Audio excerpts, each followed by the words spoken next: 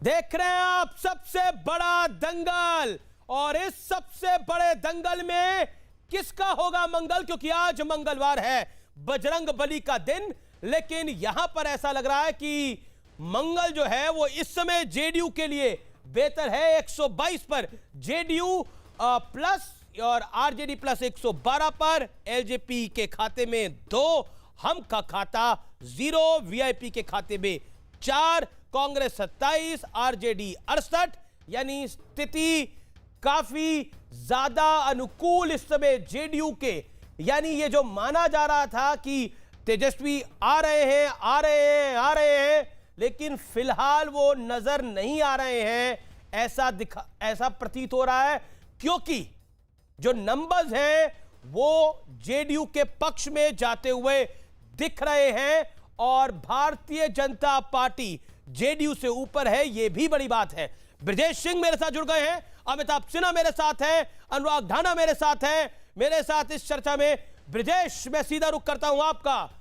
माना जा रहा था बिहार के अंदर 2 एग्जिट पोल्स ने बहुत बड़ी जीत दिखाई थी महागठबंधन की, लेकिन ऐसा लग रहा है कि पिक्चर अभी बाकी है।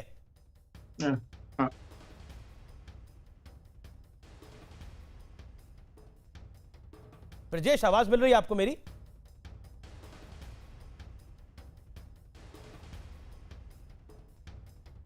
ब्रजेश तक लगता है मेरी आवाज नहीं जा पा रही। ब्रजेश, मेरा सवाल यह है कि पिक्चर अभी बाकी है।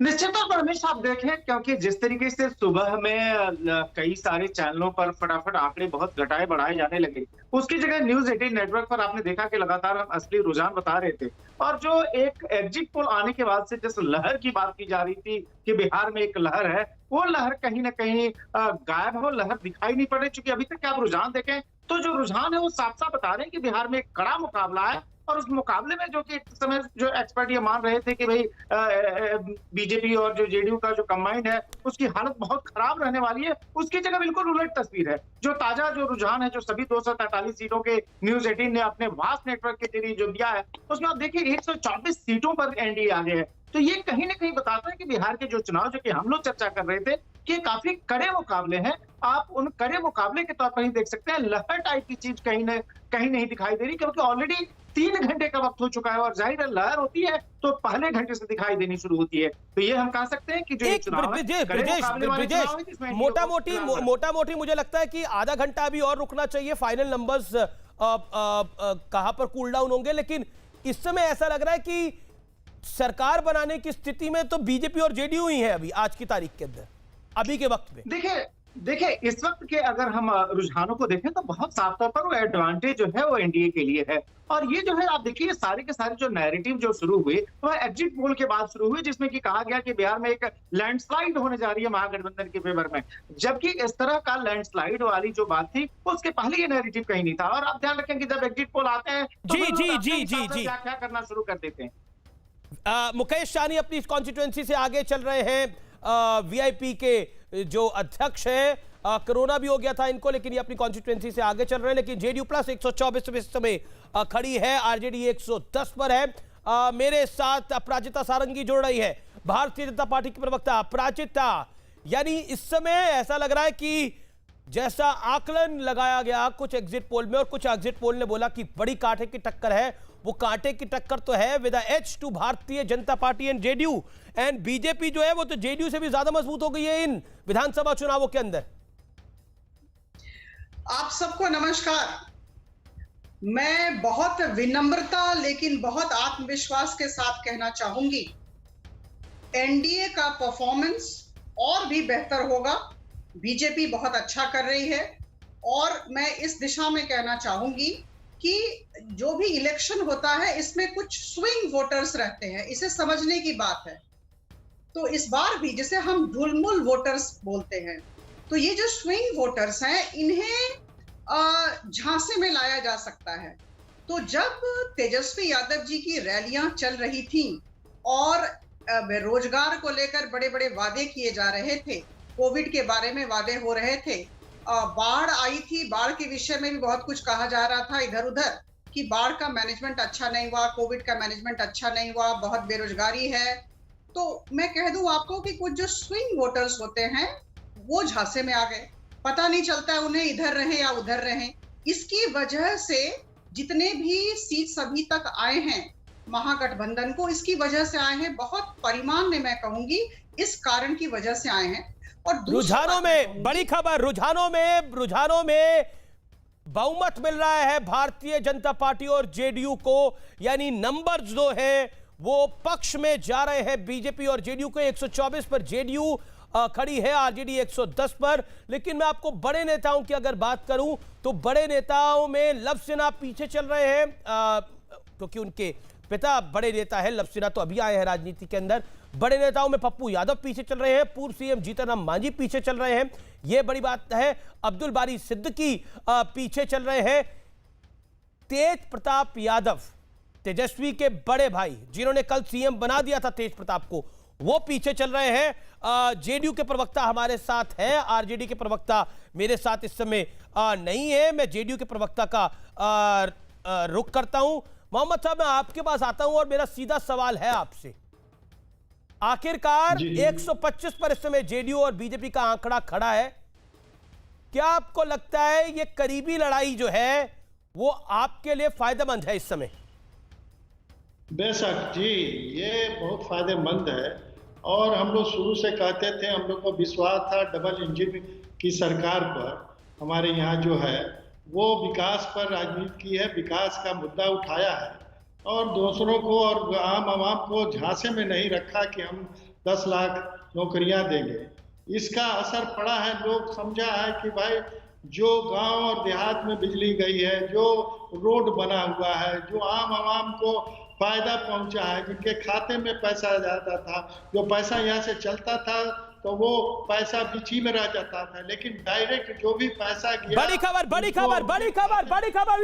व्यूअर्स, बड़ी खबर यह है कि अब बीजेपी और आरजेडी के अंदर नंबर 1 की कांटे की टक्कर हो गई है। 65 पे आरजेडी खड़ी है, बीजेपी 63 पे खड़ी है, यानी सिर्फ 2 सीटों का डिफरेंस है। यानी बीजेपी अगर यहां से आगे निकलती है तो BJP will first time emerge as a single largest party. This is the X factor of this election. मैं कल लगातार बोल रहा था कि जेडीयू को नुकसान हो रहा है पिछले 3 दिन से, और एग्जिट पोल को देखकर भी मैंने कई बार बोला, लेकिन भारतीय जनता पार्टी तटस्थ है। यानी नरेंद्र मोदी का जो फैक्टर है वो सबसे बड़ा फैक्टर है चुनावों के अंदर। और जब नरेंद्र मोदी बल्लेबाजी करने के लिए उतरे, चुनाव बदला है सेकंड राउंड से, और वही दिखाई दे रहा है। आरजेडी 65, 63 पे खड़ी है बीजेपी। मैं आपको बार बार एक बात को कह रहा हूं कि we have to watch Bharatiya Janata party right now, क्योंकि बीजेपी अगर सिंगल लार्जेस्ट इमर्ज होती है बिहार की राजनीति में तो यह बड़ा बदलाव होगा, क्योंकि कांग्रेस के बाद वहां पर किसी राष्ट्रीय पार्टी ने अच्छा प्रदर्शन नहीं करा है, और उसके बाद बीजेपी हमेशा छोटा भाई रही। लेकिन क्या महाराष्ट्र होगा? यानी कैसे जैसे शिवसेना पहले छोटा भाई थी, बीजेपी बड़ा भाई बन गई, क्या महाराष्ट्र होगा? Bharatiya Janata party to be watched, क्योंकि आज बीजेपी के लिए यह बड़ा दिन होगा अगर BJP single largest party emerge करके आती है। आप देखिए लगातार जेडीयू का नंबर ऊपर जाता हुआ, बीजेपी के पटना दफ्तर में हलचल बहुत तेज है। विक्रांत यादव मेरे सहयोगी वहां पहुंच चुके हैं। विक्रांत, क्या अपडेट है बीजेपी ऑफिस से? चीजें बदल गई, लड्डू कल बन रहे थे, मजाक उड़ाया जा रहा था। सुबह मैं यहाँ पर आया था 6:30 बजे के करीब, सुबह 6 बजे अमीश में यहाँ पर पहुंचा था, तब यहाँ पर कोई आदमी दिखाई नहीं दे रहा था। इस समय मैं सुनील सागर अपने कैमरामैन से कहूंगा वो दिखाएं, लोगों की, कार्यकर्ताओं की बड़ी भीड़ लग गई है, यहाँ पर नारेबाजी होने लगी है। अचानक से बीजेपी के काफी नेता यहाँ पर पहुंच रहे हैं और बीजेपी कार्यकर्ताओं बड़ी खबर बता दीजिए बीजेपी के लोगों को वहां पर। BJP single largest party RJD, BJP single largest party equal to RJD, यानी 64 कांटे की टक्कर बीजेपी और आरजेडी के बीच में। बीजेपी इतिहास में पहली बार सिंगल लार्जेस्ट पार्टी बनने जा रही है। विक्रांत यादव, बीजेपी नेताओं से पूछिए, पहली बार बीजेपी सिंगल लार्जेस्ट पार्टी बन रही है। 65-64 हो गया है, एक बार फिर आरजेडी आगे हो गई है, लेकिन कांटे की टक्कर सिंगल लार्जेस्ट पार्टी की इतिहास में पहली बार भारतीय जनता पार्टी के लिए। नरेंद्र मोदी, अमित शाह, जेपी नड्डा की अगुवाई के अंदर क्या बीजेपी सिंगल लार्जेस्ट पार्टी बनेगी बिहार की? क्विकली, और इसी का परिणाम है कि हम लोग आगे बढ़ रहे हैं। देखिए, बिल्कुल अमीश, लोगों का जोश भी यहाँ पर उसी तरीके से बढ़ रहा है। जिस तरीके से कहा जा रहा था कि बीजेपी को नुकसान उठाना पड़ सकता है जेडीयू के कारण, लेकिन बीजेपी का प्रदर्शन बढ़िया जाता जा रहा है रुझानों में। हम दोनों को न कोई नुकसान है न नफा है। हम लोग बेहतर काम करते हैं, उसी का नतीजा है कि आज हम लोग इतने सीट पर आ रहे हैं। लेकिन सुबह से देख रहा था इस पूरे कार्यालय में कोई जश्न नहीं था कार्यकर्ताओं की। स्वाभाविक है विक्रांति, सवेरे जब हम जगे हैं तो टीवी ही देखेंगे और टीवी देख के हम सीधे कार्यालय पहुंचे। ऐसे भी हम लोग तो डेली कार्यालय पहुंच जाते हैं। उम्मीद थी कि ऐसा ही माहौल रहेगा, यही नतीजा रहेगा। हाँ जी, जनता ने बीजेपी के दफ्तर में हर्षोल्लास। बीजेपी जेडीयू प्लस 125 126 के बीच में आरजेडी 109 पर इस समय खड़ी हुई है। लेकिन अमिताभ सिन्हा बीजेपी का सिंगल लार्जेस्ट पार्टी अगर बनती है, जो स्थिति लग रही है, यहां पर कड़ा मुकाबला आरजेडी और बीजेपी के बीच। Covering BJP from long time, Amitabh Sinha, your view. अब ये बड़ा लॉन्ग पेंडिंग डिमांड था और कई बार कार्यकर्ताओं की तरफ से भी मांग आती थी अमीश की बीजेपी अगर अकेले चुनाव लड़ेगी तो ज्यादा बेहतर प्रदर्शन करेगी, और बीजेपी के नेताओं को भी एक सिग्नल आया था। लेकिन अंत में यह तय हुआ कि नीतीश कुमार के साथ एक विकल्प के साथ जाएंगे, तब चुनाव लड़ेंगे। और ब्रजेश कुमार पीछे चल रहे हैं अपनी कॉन्स्टिट्यूएंसी के अंदर। कांग्रेस के उम्मीदवार है ब्रजेश कुमार। ये आरोपित भी हुए, कई सारे आरोप इन पे लगे महिला उत्पीड़न के, लेकिन अपनी कॉन्स्टिट्यूएंसी में पीछे चल रहे हैं। क्विकली अमिताभ सिन्हा। हाँ बिल्कुल अमीश, दो तीन चीजें साफ हैं। एक तो बीजेपी अकेले कभी ट्राइड एंड टेस्टेड पार्टी नहीं रही जो अकेले दम पर या लीड किया हो या उनका मुख्यमंत्री बना हो। दूसरी बात, अर्बन वोटर्स, जहां तक सेकंड फेज की बात है, सारे अर्बन वोटर्स थे और बीजेपी को सेकंड फेज में मैसिव स्विंग मिला है, जो कि बीजेपी के ग्राफ को इतनी दूर तक पहुंचा गया है। तो अगर तेजस्वी अनटेस्टेड हैं तो बीजेपी भी कम से कम सत्ता में साथ थी, लेकिन कभी बीजेपी के हाथ में कमान नहीं रही है। डबल इंजन की सरकार है, केंद्र में मोदी है, वहां नीतीश कुमार है। कभी वहां योगी आदित्यनाथ और मोदी वाली जोड़ी नहीं है, अगर त्रिवेंद्र सिंह रावत और मोदी वाली जोड़ी नहीं है। तो शायद ये फैक्टर है जो बीजेपी को लगातार आगे बढ़ा रहा है। लेकिन फिलहाल एनडीए गठबंधन का सवाल था, नीतीश कुमार का सवाल था, पुराने रिश्तों का सवाल था। शायद यही कारण है कि एक नीतीश के चेहरे पर प्रधानमंत्री ने ही अंतिम मोहर लगाई कि वही हमारे चेहरे होंगे, चाहे सीटें कम आए चाहे ज्यादा। बीजेपी की सीटें ज्यादा हैं तब भी नीतीश कुमार ही सीएम होंगे, अगर ऐसे आंकड़े आ रहे हैं तो अगर मैं इसको पॉलिटिकल भाषा में बोलूं तो अगर बीजेपी की सीटें ज्यादा आने के बाद भी जेडीयू को का सीएम बनाते हैं तो ये भारतीय जनता पार्टी का या फिर कहें प्रधानमंत्री नरेंद्र मोदी का एक पॉलिटिकल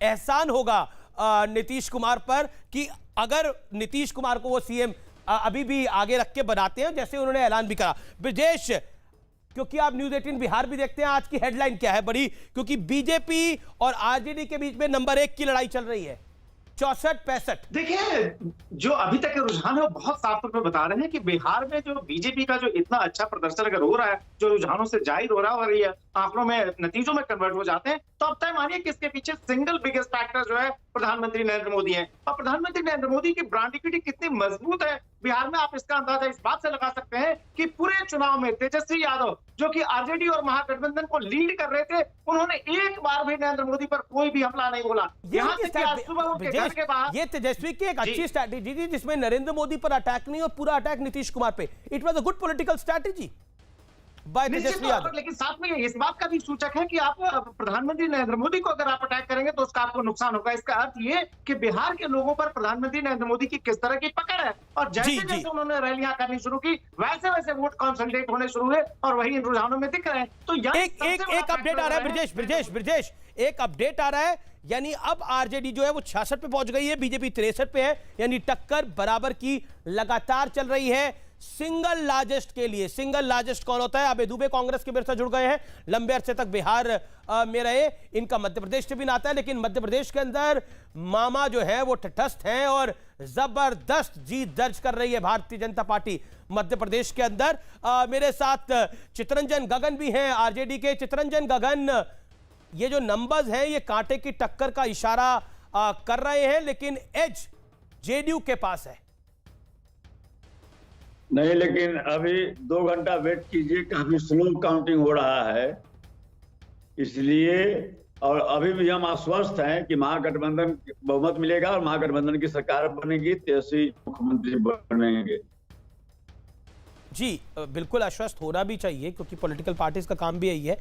लेकिन क्योंकि अभी काउंटिंग को काफी लंबे समय हो चुका है और अब से 30-40 मिनट बाद 12 बजे तक स्थिति काफी क्लियर हो जाएगी, क्या आपके अकॉर्डिंगली क्या नंबर रहेगा? क्या आपको लग रहा है कि आपका नंबर 125 के करीब पहुंच जाएगा? क्योंकि उसके लिए आपको बड़ा जंप मारना पड़ेगा, जो फिलहाल काफी मुश्किल नजर आ रहा है। इस बार काफी स्लो काउंटिंग का जो रफ्तार है, काफी स्लो है। कोविड-19 की वजह से। जी, जी, मैं आपको बताता हूं, अबे दुबे मेरे साथ है। अबे दुबे, ये जो नंबर्स हैं ये क्या इशारा कर रहे हैं? देखिए अमीश जी, अभी जो नंबर सामने है उसमें तो क्लोज कॉन्टेस्ट है, इस बात को हमको स्वीकारना होगा। मगर अभी मेरी जो बात हुई है बिहार में, वो 5-6 राउंड के लगभग कई जगह पर हुआ है और वहाँ 20-20, 25-25 राउंड अभी और बाकी हैं। तो मुझे लगता है, जैसे अभी आपने खुद ने चैनल ने बताया कि 50 सीटें तो कम से कम ऐसी है जहां 50-100 वोटों का अंतर है। तो मुझे लगता है कम से कम 1.5-2 घंटे हमको प्रतीक्षा करनी चाहिए। और जो मैंने वहां महसूस किया है उससे तो साफ परिलक्षित हो रहा था कि इस बार महागठबंधन को बिहार की जनता अवसर देने वाली है, इसमें कोई संदेह नहीं। लेकिन फिलहाल अवसर नहीं मिलता हुआ दिखाई दे रहा है या फिर बड़ा क्लोज दिखाई दे रहा है। फिलहाल तो स्थिति ऐसी है, लेकिन मध्य प्रदेश के अंदर बीजेपी की धमाकेदार जीत हो रही है। मैं ब्रेक ले रहा हूं, ब्रेक के बाद वापस आ रहा हूं क्योंकि मध्य प्रदेश का चुनाव महत्वपूर्ण था।